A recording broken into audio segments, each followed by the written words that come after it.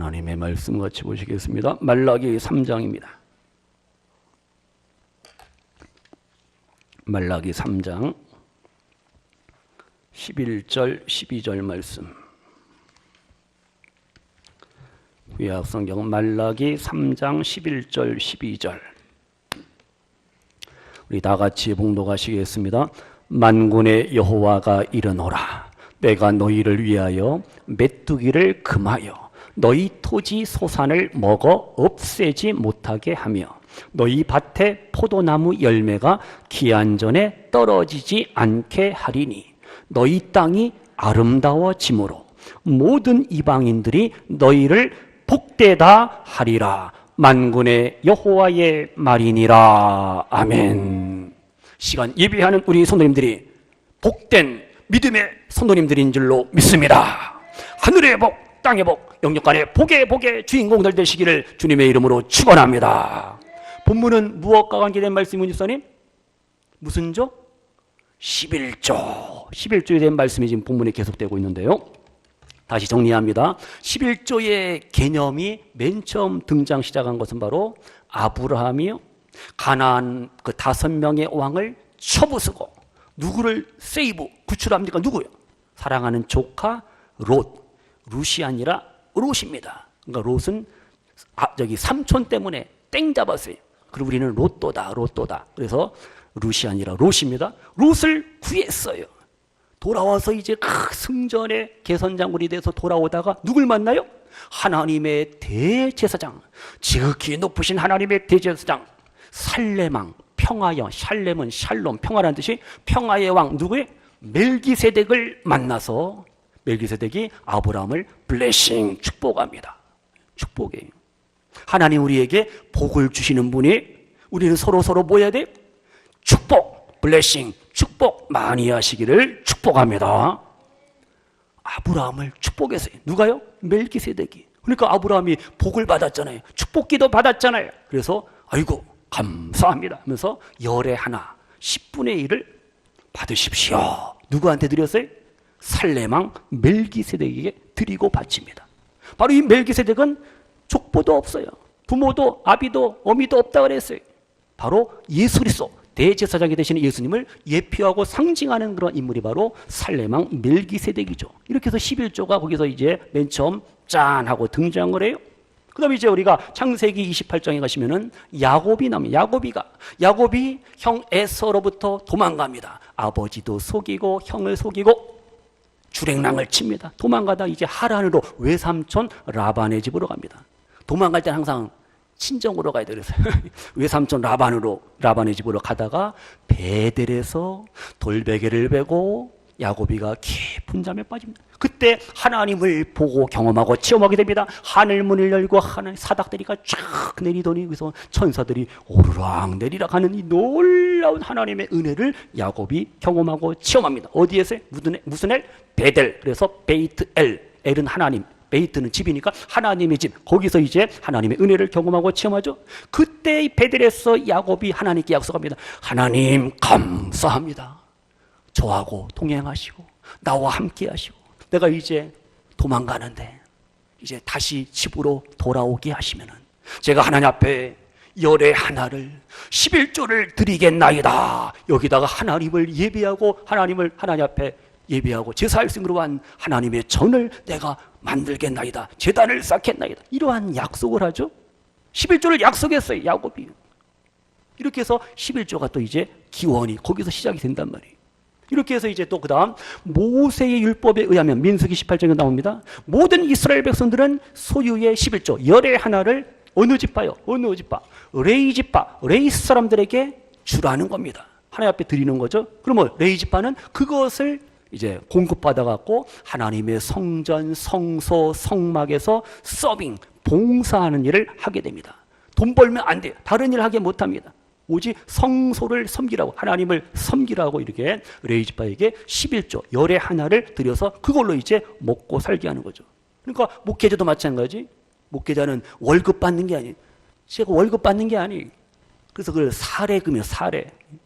그러니까 우리 성도님들이 헌금의 열의 하나를 어떻게 목회자가 그것을 사례비로 받아가 그것을 이제 생활하게 되고요. 아주 감사하죠. 신명기 14장에 보시면은 매년 토지 소산에서 열의 하나를 또한 바치라. 열매 맺는 것 열의 하나를 드리라는 명령을 주십니다. 그럼 또 다시 정리합니다. 보세요. 우리가 11조를 드려야 되는 이유가 뭐예요? 다 같이 모든 소유는 하나님의 것입니다. 이 사실 꼭 기억하시고 염두에 두시고 밑줄 쫙 꼭 기억하세요. 나의 가진 모든 것은 다 누구 거예요, 문지사님? 하나님의 것인 줄로 믿습니다. 하나님께서 인류 아담과 하와를 만드시고 말씀하셨습니다. 땅을 정복하라, 땅을 다스리라. 놀라운 문화적인 사명을 주셨습니다. 다스리고 정복해야 될 것이 바로 우리 인간들에게 주신 하나님의 문화적인 사명이. 그러면 정복하고 다스리라는 것이 그냥 자연, 우주 만물 이 모든 자연을 파괴하고 오염시키고 그게 아니에요. 우리 인생은 다 하나님의 뭡니까? 대리자입니다. 대리자. 하나님 대신에 우리는 이 땅을, 이 세상을, 이 우주 만물을, 자연을 또한 잘 관리하고 다스려야 될 사명이 있어요. 다 같이요. 나는 청지기입니다. 청지기. 불로 청지기가 아니라 하나님의 것을 맡은 그러한 관리인이라는 사실을 우리가 기억을 하시면서요. 우주 만물, 천지 만물의 주인은 하나님이시. 내가 아닙니다. 사람이 아니에요. 그리고 우리는 하나님의 뜻대로 우주 만물, 이 세상을, 자연을 우리가 잘 다스려야 될 사명과 책임이 있어요. 성도님들, 그래서 우리 인생들이 이 자연으로부터 하나님께서 많은 열매라든가 소산물을 거두게 하시잖아요. 하나님이 주셔야 됩니다. 풍년이 왔네. 그냥 풍년이 오는 게 아니에요. 하나님께서 이른 비 늦은 비를 주시고 지금 가물어서 난리니 먹을 물도 지금 모자라요. 소양강 댐 물이 지금 더 줄어들고 있어요. 인제 쪽 소양강 완전히 말라갖고 물이 이렇게 귀한데 하나님이 주시지 않으면, 하나님이 내려주시지 않으면 우리는 아무것도 얻을 수가 없습니다. 하나님이 우리에게 주셔야 돼요. 허락하셔야 됩니다. 그래서 11조도 마찬가지. 우리가 하나님 앞에 11조를 드리는 것은 우리 것을, 내 것을 하나님 앞에 드리는 것이 아니에요. 다 같이 하나님의 것을 하나님께 드리는 겁니다. 이게 바로 11조의 원리, 11조의 삶이에요. 11조가 하나님의 것이 아니라, 열의 하나만 하나님의 것이 아니라 모든 것이 everything 하나님의 것입니다. 그 중에서 우리는 10분의 1만 드리면 하나님은 그것을 받으신 걸로 알고 복의 복을 또 주시겠다 말씀하고 있어요. 우리는 감사해야 됩니다. 하나님 열의 9을 10분의 9를 10의 9를 저에게 주시니, 저에게 남겨주시니 하나님 감사합니다. 우리가 감사 고백하시기를 축복합니다. 하나님 왜 하나를 가져가십니까? 이게 아니에요. 9개를, 10 중에서 9개를 나에게 주신 거 우리가 감사하며 기뻐해야 돼요. 그래서 성도님요, 우리가 믿음을 갖는다, 하나님을 믿는다라는 것은 뭐예요? 그 하나님의 말씀을, 하나님의 인격을 내가 뭐 하는 거예요? believe, 믿는 겁니다. 신뢰하는 거예요. 이게 바로 믿음이잖아요. 내가 누구를 믿어요? 내 옆에 있는 아무개 성도님의 그 말을 믿어, 신뢰한다. 그게 무슨 뜻이에요? 그 사람의 말을 내가 따르고 동의하고 제청하고 맞다고 이제 우리가 신뢰하잖아요. 하나님에 대한 온전한 믿음이 없이는 절대 우리가 하나님 앞에 복된 삶을 살 수 없어요. 복의 주인공이 될 수 없습니다. 하나님을 믿고 하나님을 사랑하는 성도로 간다면 하나님의 이 주시는 말씀에 우리가 순종하며 실천하며 11조의 삶을 우리가 살아가야 할 줄로 믿습니다. 야고보가 뭐라 그랬어요? 다 같이요. 행함이 없는 믿음은, 무지사 무슨 믿음? 행함이 없는 믿음은 거짓 믿음이다. 거짓된 믿음이다. 우리에게 말씀하고 있잖아요. 그러니까 11조를 하나님 앞에 드리지 못하고 인색하고 아까워하는 믿음은 이것은 잘못된 믿음, 이것은 거짓 믿음이라는 거예요. 그건 뭡니까? 하나님보다 주신 재물을 더 사랑하는 거예요.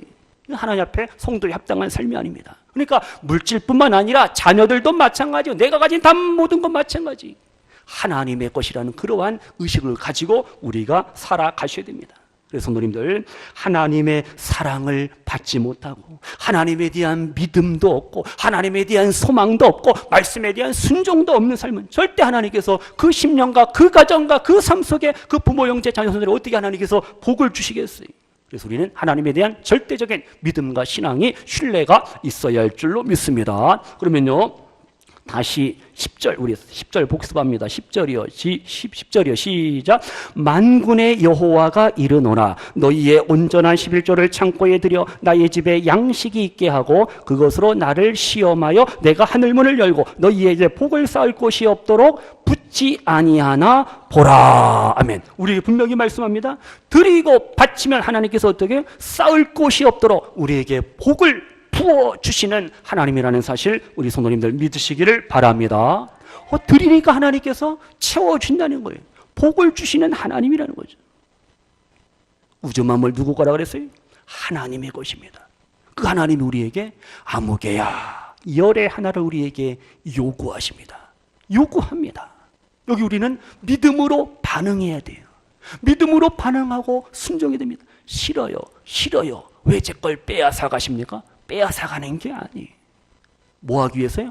복, 블레싱, 복을 주시기 위함인 줄로 믿습니다. 그러니까 쉽게 생각하세요. 단순하게 복 받는 길 다른 게 아니에요. 드리고 바치고 나누고 섬기는 것. 이게 바로 복된 삶의 비결입니다. 참 쉽잖아요. 그러면 바친 자에게 드린 성도들에게 하나님께서 어떠한 복을 주셔요? 11절부터 11절 다 같이요. 시작. 만군의 여호와가 이르노라. 내가 너희를 위하여 메뚜기를 금하여 너희 토지 소산을 먹어 없애지 못하게 하며 너희 밭에 포도나무 열매가 기한 전에 떨어지지 않게 하리니. 아멘. 분명히 말씀하고 있어요. 하나님 앞에 11조를 드립니다. 우리의 삶을 드리고 바치는 인생 심령 성도들에게 그러한 가정에게 하나님께서 구체적인 겁니다. 곡식을 농사를 망치는 무슨 충? 황충을 하나님께서 금하시고 막아주시겠다라는 겁니다. 포도나무의 과실이 주렁주렁 맺어서 열매를 이제 거두게 되는데 태풍이 불고 벌레가 먹고 그럼 어떻게 해요? 농사 망치는 거, 1년 농사 망치는 거예요. 근데 하나님께서 황충을 막아주시겠다. 포도나무의 과실을 열매를 상하지 않게 떨어지지 않도록 하나님께서 지켜주시겠다. 풍요로움을 지금 약속하고 말씀하고 있어요. 이렇게 성도님들 하나님은요 만물의 주인이십니다. 특별히 우리 택한 선택받은 우리 성도님들을 사랑하시는 그러한 하나님이셔요. 그래서 우리 성도님들이 하나님을 더 사랑하고 하나님 말씀에 순종하며 계명을 지키며 다짐하고 결단하고 믿음으로 살아갈 때 하나님께서 더 좋은 것들로 더 많은 것들로 풍성하게 갚아주시고 채워주시는 하나님이신 줄로 믿습니다. 없어서 남의 집에 가서 꼭 꿇어가고 빌리고 참 이 얼마나 안타까워요. 빚지고 사는 것보다 빚내서 잔치할 수도 없고 빚내는 삶이 아니라 풍요로움, 넉넉함, 부유함을 누리는 우리 성도님들의 삶이 되시기를 소원합니다. 그럼 여기서 보세요. 이제 복이라는 것이 뭐냐? 복이라는 것이 뭐냐? 내가 얼마나 소유했나? 얼마나 많은 것을 가졌느냐? 뭐 얼마를 가져야 됩니까? 뭐 1억? 10억? 100억? 얼마? 많이 가진 게 복의 어떤 기준이 결코 아닙니다. 많은 것을 내가 붙잡고 있다. 부귀 영화 내가 지금 누리고 있다. 그것으로 우리는 야무게 복 받았다. 이게 아니에요.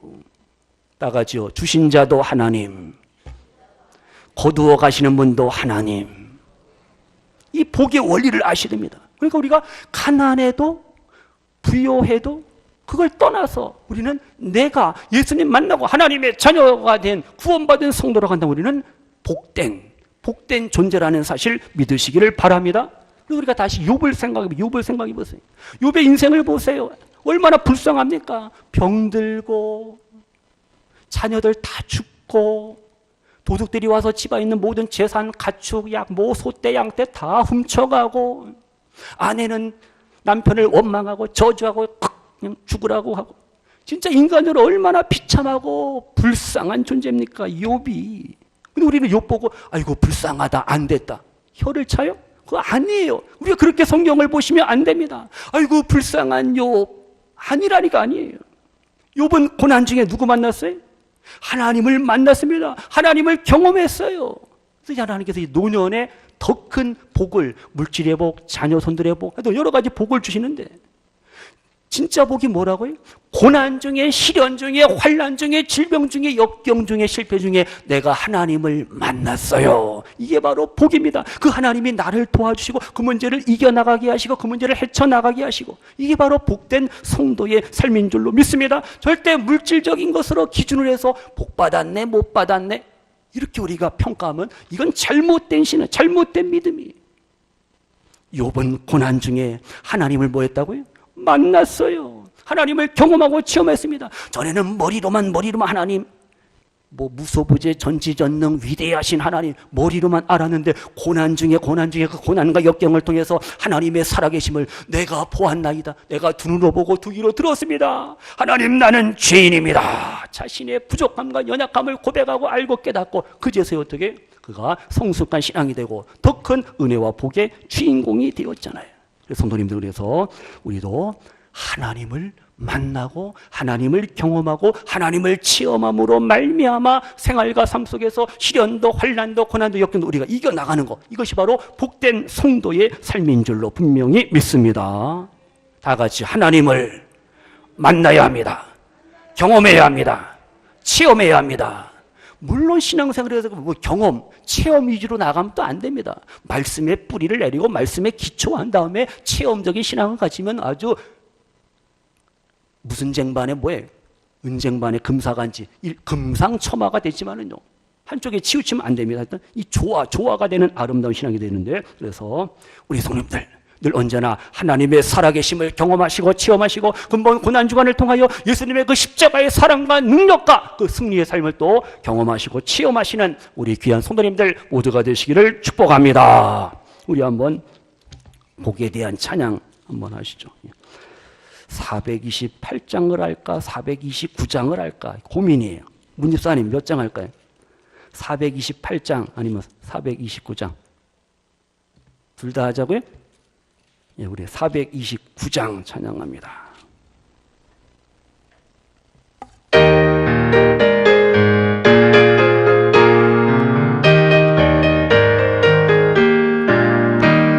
세상 모든 그가 너를 흔들어 약한 마음 낙심하게 될 때에 내려주신 주의 복을 세워라. 주의 크신 복을 내가 알리. 아멘. 받은 복을 세워 보아라. 크신 복을 내가 알리라. 받은 복을 세워 보아라. 주의 크신 복을 내가 알. 세상 근심도 누르고 십자가를 등에 지고 나갈 때 주가 내게 주신 복을 세워라. 두려움 없이 항상 찬송하리라. 받은 복을 세워 보아라. 그 신복을 내가 알리라. 받은 복을 모두 세워 보아라. 주의 크신 복을 내가 알리. 세상 권세 너무 아플 때 주만 믿고 낙심하지 말아라. 천사들이 너를 보호하리. 염려 없이 앞만 보고 나가라. 아멘. 받은 복을 세워 보아라. 크신 복을 내가 알리라. 주께 받은 복을 모두 세워 보아라. 주의 크신 복을 내가 받은 복을 세워 보아라. 받은 복을 세워 보아. 크신 복을 내가 알리라. 받은 복을 세워 보아라. 주의 크신 복을 내가 알리라. 아멘. 받은 은혜, 받은 사랑, 받은 모든 것들 되게 자꾸만 카운팅 세라 그랬죠. 세워봐야 돼. 없다. 없는 것 때문에 괴로워하고 속상하고 짜증내고 신경질 내고 절대 행복할 수 없어요. 주신 것들, 내가 받은 것들 하나 둘 헤아리 있어요. 공기부터 물부터 다 따져보세요. 감사할 게 얼마나 많은데 우리 없는 것만 생각하니까 남하고 비교하고 비교의식에 빠지고 열등감에 빠지고 그러니까 행복할 수가 없는 거예요. 하늘의 복, 땅의 복이 바로 하나님 아버지를 통해서 우리 가운데 주어진 그러한 복들이라는 사실을 믿으시면서 복의 근원이 되시는 그 하나님 아버지만을 예배하세요. 사랑하세요. 순종하세요. 그때 하나님께서 더 좋은 것들 삶 속의 가정에 채워주실 줄로 믿습니다. 특별히 성님들, 내 삶 속에 뭐가 있다고요? 고난이 찾아와요. 꼭 2015년도 해마다 맞이하는 고난주간뿐만 아니라 내 삶 속에서 1년 내내 365일 고난이 있습니다. 아픔이 찾아오고 슬픔이 찾아오고 시험, 환난, 고난, 역경이요 찾아옵니다. 오지마, 좀 오지마, 오지마. 오지 말래도 자꾸 얘가 찾아오네. 어떻게 해요? 그러면 고난과 싸워 승리해야 할 줄로 믿습니다. 고난이 오면 한번 붙어보자. 싸워야지. 무서워. 좀 피해가라. 나 좀 살려줘라. 안 돼. 영적인 싸움에서, 고난과의 싸움에서 말씀과 기도와 성령의 능력을 힘고 승리하시는 우리 성도님들 되시기를 축복합니다. 실패의 자리에 머무를 때 하나님을 경험하시기 바랍니다. 고난의 자리, 질병의 자리에서 어떻게 해요? 낙심하고 절망하고 나는 안 돼. 인생을 포기하면 안 됩니다. 하나님을 찾으세요. 하나님을 경험하시고 하나님을 체험하시는 우리 복된 성도님들 되시기를 축복합니다. 예수님이 씨 뿌리는 비유, 마태복음 13장 씨 뿌리는 비유를 말씀하셨죠. 길가에 떨어진 씨앗이 있어요. 그 다음 무슨 밭? 그 다음 돌밭에 떨어진 씨앗이 있어요. 그 다음 또 무슨 덤불? 가시덤불에 떨어진 씨앗이 있어요. 또 하나는 무슨 토? 황토? 옥토밭에 떨어진 씨앗이 있어요. 우리가 생각할 때 그냥 단순하게 저 네 가지 밭 중에서 나는 어느 밭일까? 어떤 마음의 밭일까? 여기만 초점을 맞추면 어때요? 그 이상을 우리가 볼 수가 없잖아요. 네 가지 밭을 통해서 천국을 소유한 하나님의 백성들의 삶은 어떻게 되는가? 적용할 수도 있고요. 그 네 가지 밭을 통해서 내 마음의 밭을 또 적용해보고, 이게 지혜입니다. 길가의 밭, 돌밭, 가시덤불, 옥토.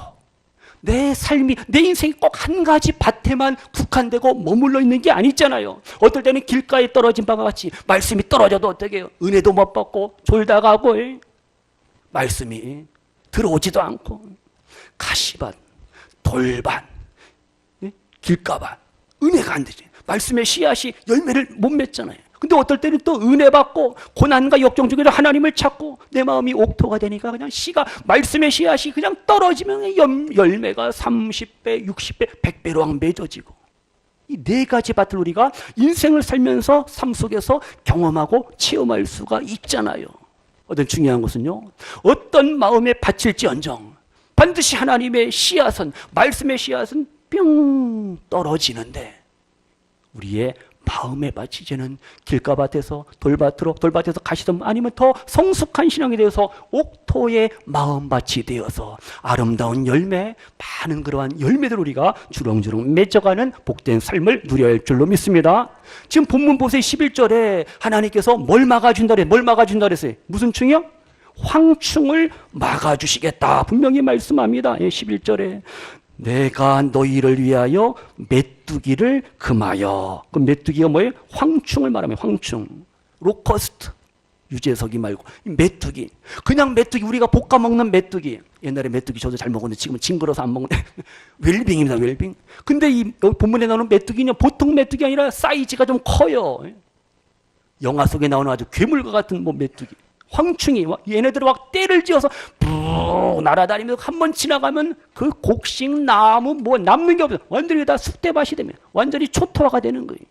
그러한 황충이, 그러한 메뚜기를 하나님께서 뭐였는데 스톱, 막아주시겠다, 멈추시겠다는 거예요. 출애굽기 10장에 보시면은요, 이 메뚜기가, 황충이가 이제 거기에 등장합니다. 그래서 애굽에 내린 8번째 재앙이 뭡니까? 메뚜기 재앙이에요. 메뚜기 재앙. 출애굽기 10장의 말씀 한번 들어보세요. 하나님께서 모세에게 말씀하시는 거예요. 모세야, 내 손을 애굽 땅 위에 들어서 메뚜기를 애굽 땅에 올라와서 우박에 상하지 아니한, 우박 재앙이 앞에 일어났는데 그 우박에 상하지 아니한 밭의 모든 채소를 메뚜기가 다 먹게 하라. 그래서 모세가 어떻게 해요? 애굽 땅을 향해서 지팡이를 듭니다. 지팡이를 들어요. 그랬더니 하나님께서 무슨 풍? 동풍을 일으켜서 온 낮과 온 밤에 동풍을 불게 하셔갖고 갑자기 하늘이 시커멓게 되고 메뚜기 떼가 그냥 애굽 땅을, 애굽 전 지역을 완전히 다 덮어버리는 겁니다. 이러한 메뚜기 재앙이 시작이 돼요. 그래서 그 말씀 보니까 메뚜기가 애굽 온 땅에 이르러 그 사방에 내림에 그 피해가 심하니 이런 메뚜기는 전에도 없었고 후에도 없을 것이라, 이런 말씀이 있어요. 보세요. 지금 하나님께서 재앙도 뭐 하신다고요? 샌드, 보내시는 하나님이, 하나님께서 얼마든지 메뚜기를 보내서 이 땅의 소산물들을, 열매들을 갉아먹게 하시는 그러한 하나님이, 이걸 우리는 뭐라 하니? 무슨 주? 저주의 저주. 그러니까 하나님은 저주도 내리시는 분이시요, 또 하나님 우리에게 은혜와 복을 내리시는 하나님이라는 사실을 우리가 아셔야 됩니다. 하나님께서 우리가 살고 있는 이 땅에 재앙도 내리셔요. 저주를 내린다니까요. 누구에게요? 불신앙의 인생들에게, 불순종의 사람들에게, 불의의 삶을 사는 그러한 이들에게 하나님께서 재앙을, 저주를 내리기도 하시는 하나님이시에요. 여기서 보세요. 좀 더요. 하나님께서 이제 이스라엘 백성들을 엑소더스, 출애굽시킵니다. 광야를 패스 통과한 다음에 가나안 땅에 들어가게 하잖아요. 그 과정 속에서 우리는 이 천국의 원리라든가 어떤 복의 원리를 우리가 발견할 수가 있습니다. 하나님의 구원, 천국, 복의 원리는 뭐냐? 세상이라는 애굽 땅에서 더 이상 머무는 게 아니에요. 그들을 이스라엘 백성 하나님께서 끄집어냅니다. 부르십니다. 그래서 모세의 지도하에 그들이 홍해를 건너고 광야 40년을 거쳐서 이제 약속의 땅 요단강을 건너서 가나안 땅에 들어가게 돼 있잖아요. 그러니까 하나님의 이 구원의 원리가 뭐예요? 애굽이라는, 이집트라는 애굽이라는 불신앙과 죄악의 우상의 요소들을 다 버리게 하시고 이스라엘 백성들을 완전히 공동체, 그들을 단체입니다. 단체로 끄집어내서 지금 가나안 땅으로 옮기시잖아요. 그 가운데 그 와중 광야의 삶 속에서 고통이 있고 아픔이 있고 슬픔이 있고 이스라엘 백성들이 원망하고 불평하고 또 하나님 앞에 혼나기도 하고 이런 많은 역경들이 있었잖아요. 희생과 아픔이 따랐잖아요. 근데 우리가 아셔야 될 것은요, 가나안 땅에 들어왔어요. 그럼 거기서 이제 행복하게 살 것 같죠. 근데 그게 아니라는 거예요. 애굽 땅에도 하나님께서 메뚜기의 재앙을 내리셨는데 지금 본문 말씀은 누구에게 주신 말씀이에요? 저기 이집트 사람들, 애굽 사람들에게 주신 말씀이 아니라 구약시대 이스라엘 백성들, 지금 가나안 땅에 예루살렘에 살고 있는 이스라엘 백성, 유다 백성들 향해서 이 말씀을 주시는 겁니다. 하나님께서 어떻게 해요? 복을 주실 수도 있고 너희를 저주할 수도 있고 메뚜기 재앙을 내릴 수도 있고 멈추게 할 수도 있고, 이러한 모든 인간의 생사하복, 한 민족의 흥망성쇠를 누가 주장하신다고요? 하나님께서 주장하신다는 사실을 우리에게서 발견할 수가 있습니다. 그러니까 지금 이스라엘 백성들이 애굽 땅에서만 메뚜기 재앙이 내리는 게 아니라는 거예요. 그들이 가나안 땅에서 살고 있지만 계속해서 범죄합니다. 하나님을 향해서 원망하고 불평합니다. 불신앙으로 살아갑니다. 우상을 숭배합니다. 그럼 하나님께서 메뚜기와 같은 그러한 재앙과 아픔과 고통을 내리실 수도 있다라는 사실을 우리가 아셔야 됩니다. 그 이스라엘 백성들도 잘못하면은, 말씀대로 살지 않으면은 멸망, 심판, 저주가 따른다는 거예요. 이 얼마나 무서운 말씀이에요. 그러면 다시 본문 보세요. 9절 잠깐 보세요. 9절이요. 9절 다 같이요. 시작. 너희 곧 온 나라가 나의 것을 무슨 질? 도둑질 하였으므로 너희가 뭘 받아요? 저주를 받았느니라. 뭐 받았어요? 저주를 받았잖아요. 하나님 앞에 재앙을 받으니까 집안이, 가정이, 나라가, 이스라엘 민족이, 유대 백성들이 큰 고통과 아픔에 포로로 끌려가고 뭐 여러 가지 영육간의 숱한 고난과 역경을 만나게 되었잖아요. 이게 하나님의 저주 심판, 하나님의 것을 하나님 앞에 도둑질할 때 이러한 결과가 주어진 거죠. 근데 여기서 우리가 아셔야 됩니다. 하나님은 이제 저주에서 무엇으로 체인지? 복으로, 블레싱, 복으로 바꿔주시는 그러한 하나님이라는 사실을 우리가 믿으셔야 됩니다. 아셔야 돼요. 확신하셔야 됩니다. 그러면 여기서 고린도전서 16장 22절을 누가 보세요? 누가 먼저 찾나? 고린도전서 클래식, 고린도전서 고전 16장 22절이요. 누가 한번 보세요?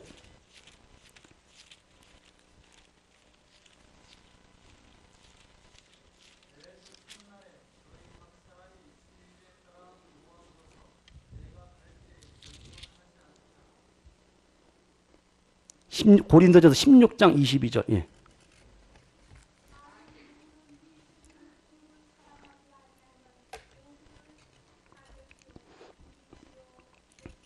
아멘. 우리 12절 다시 한번 다 같이요. 만일 누구든지 주를 사랑하지 아니하면 저주를 받을지어다. 그 다음 뭐라 했어요? 우리 주여 오시옵소서 말하나다. 이렇게 고백하죠. 보세요. 지금 16장 22절에 누구든지입니다. 에브리원 누구든지 주를 하나님을 예수 그리스도를 사랑하지 아니하면 뭐 받아요? 1번 복, 2번 저주. 문집사님 저주를 받는데요. 저주를. 그러니까 하나님에 대한 사랑이 전제되고 하나님에 대한 바른 예배가 없이는 하나님에 대한 사랑과 신뢰와 순종이 없이는 절대 우리는 복의 주인공이 될 수 없습니다. 영육간의 하늘의 복과 땅의 복을 받아 누릴 수가 없어요. 저주가 임한 저주를 받을지어다 말씀하고 있잖아요. 그래서 우리가 하나님을 뭐 해야 돼요? 사랑해야 돼요. 하나님을 경외해야 할 줄로 믿습니다.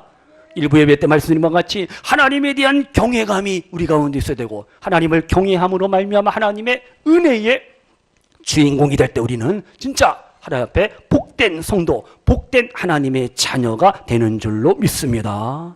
하나님을 사랑해야 돼요. 예수님을 사랑해야 돼요.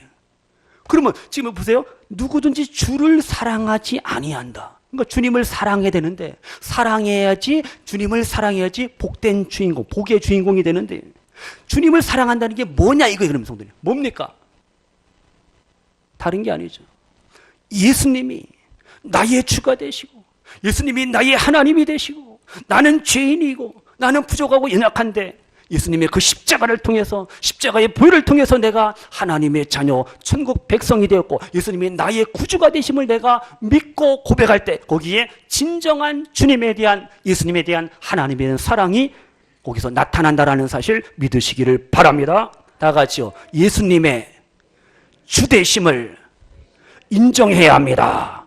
이게 바로 주님을 사랑하는 성도의 삶이라니까요. 예수님 바로 알고 바로 믿고 바로 고백해야 됩니다. 베드로처럼 주는 그리스도시요 살아계신 하나님의 아들이십니다. 이러한 신앙 고백, 컨페션, 고백이 필요하다는 거예요. 성도님 그래서 복의 조건은 다른 게 아니에요. 예수님이 나의 주가 되심을 고백하는 겁니다. 믿는 거예요. 신뢰하는 겁니다. 이것이 바로 복된 성도의 삶인 줄로 믿습니다. 그럼 이제 다시 마지막으로 12절 보고 마칩니다. 12절 우리 본문 다시 말라기 3장 12절이요. 12절 다 같이요. 시작. 너희 땅이 아름다워짐으로 모든 이방인들이 너희를 복되다 하리라. 만군의 여호와의 말이니라. 아멘. 말씀에 순종하고 하나님을 사랑하고 하나님의 것을 하나님 앞에 드리고 바치는 이러한 삶을 살아가는 성도들에게 하나님께서 그 땅을, 그 가정을, 그 부모 형제 자녀선들을 성도들의 사업과 직장과 생업, 경영하는 모든 일들 하나님께서 어떻게 아름답게 하심을 복된 삶으로 인도하심을 믿으시기를 바랍니다. 저주가 아니에요. 저주가 아니에요. 재앙이 아닙니다. 아름답게 하신다. 굿, 멋있게 하나님께서 만들어 주신다는 거예요. 그래서 세상 사람들이 12절 말씀 이방 사람들이 어떻게 우리 성도님들 향해서 믿음의 우리 성도님을 향해서 복되다 이러한 인정과 칭찬받으신 우리 성도님들 되시기를 소원합니다. 나는 복된 존재라는 사실을 믿으셔야 됩니다.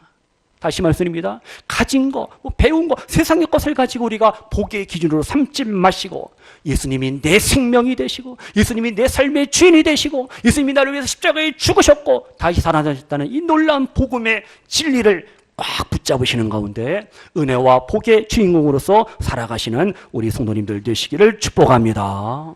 11조는 믿음의 표현이 하나님에 대한 사랑의 고백인 줄로 믿습니다. 모쪼록 우리 성도님들 생명과 건강과 물질의 11조 주님 앞에 드리고 바치시는 가운데 하늘의 복과 땅의 복의 주인공으로서 오늘을 남은 날들을 살아가시는 우리 귀한 성도님들 모두가 되시기를 주님의 이름으로 축원합니다.